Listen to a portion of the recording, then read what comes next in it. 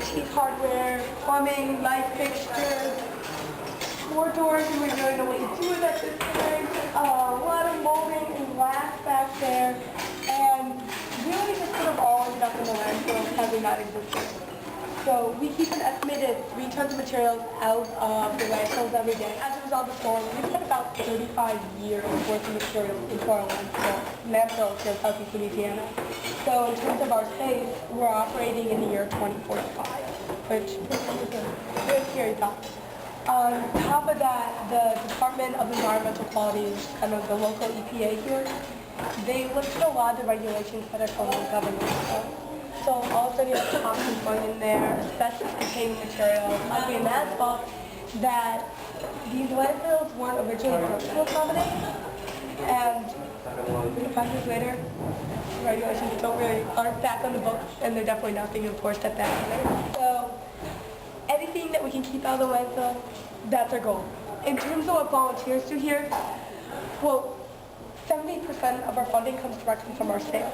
So it's really important for us that we look like a store that our customers can find what they're looking for. Otherwise, we wouldn't be able to do our environmental education workshops or our e-waste recycling, that type of thing.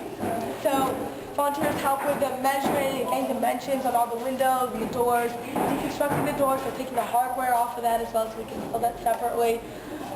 These are all just really simple things, but so instrumental to keeping us going. So this here is our paper recycling center, and we're actually the only paper recycling center in all South, and the only place to dispose of paint in Orleans Parish. So I'm sure you guys know paint is a household item, but it's also considered household hazardous waste. Can't throw it down the drain, can't throw it in the landfill, but go figure, Orleans Parish is going to provide an alternative. So this is actually how we got started. You know, Crystal mentioned that we started back in 1994, mostly because a group of residents didn't know what to do with their paint and they wanted some kind of option. So to this date, you can bring any type of paint here to the green pot, the latex paint along the side here.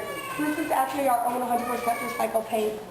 And the reason we recycle it is the volatile organic compounds within the paint, the VOCs, when they leach into our drinking water, because you just check it down the drain or something like that, it suppresses the central immune system, and it can cause liver and kidney damage as well, so it poses a major problem. On top of that, the latex in the latex paint, it essentially gunks up the gills of fish and suffocates them, and then the VOCs encourage algae growth. Bacteria feeds off that algae and sucks all the oxygen out of the water.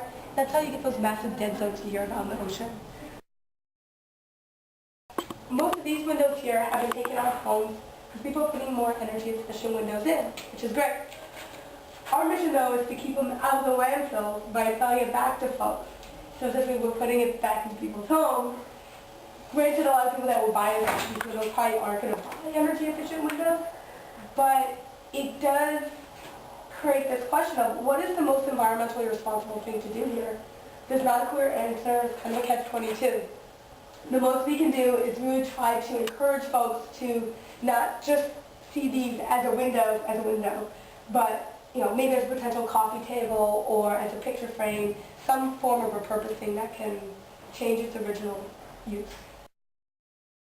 Also, when you walk into the Green Project, you're going to see a big pallet full of computer monitors, printers, wires going everywhere, and that's because we're a drop-off site for e-waste here in Orleans as well. We don't actually recycle it ourselves, but we partner with another organization called Capital Area Corporate Recycling Council, and they're based in Baton Rouge. And what they do is they essentially swoop down here, take anything that we've collected, and then if they can repair them, they dispose them around the office. They then also strip the circuit boards of the heavy metals if they can't repair them, crush the machines so they take less space in the landfill. Because a lot of these machines, as I said, there's heavy metals in the circuit boards, like lead, mercury, cadmium, beryllium, that we don't want going into our natural environment, that there's not a lot of regulations currently prohibiting them from landfills because e-waste is such a new thing. It's not on a lot of people's radar. So, once again, we're just trying to divert that from the landfill so we don't have to deal with environmental consequences. But that does kind of illustrate how the Green Project sees itself. that we're constantly trying to search for the waste management need that isn't being met by the city or by another organization and fill that gap.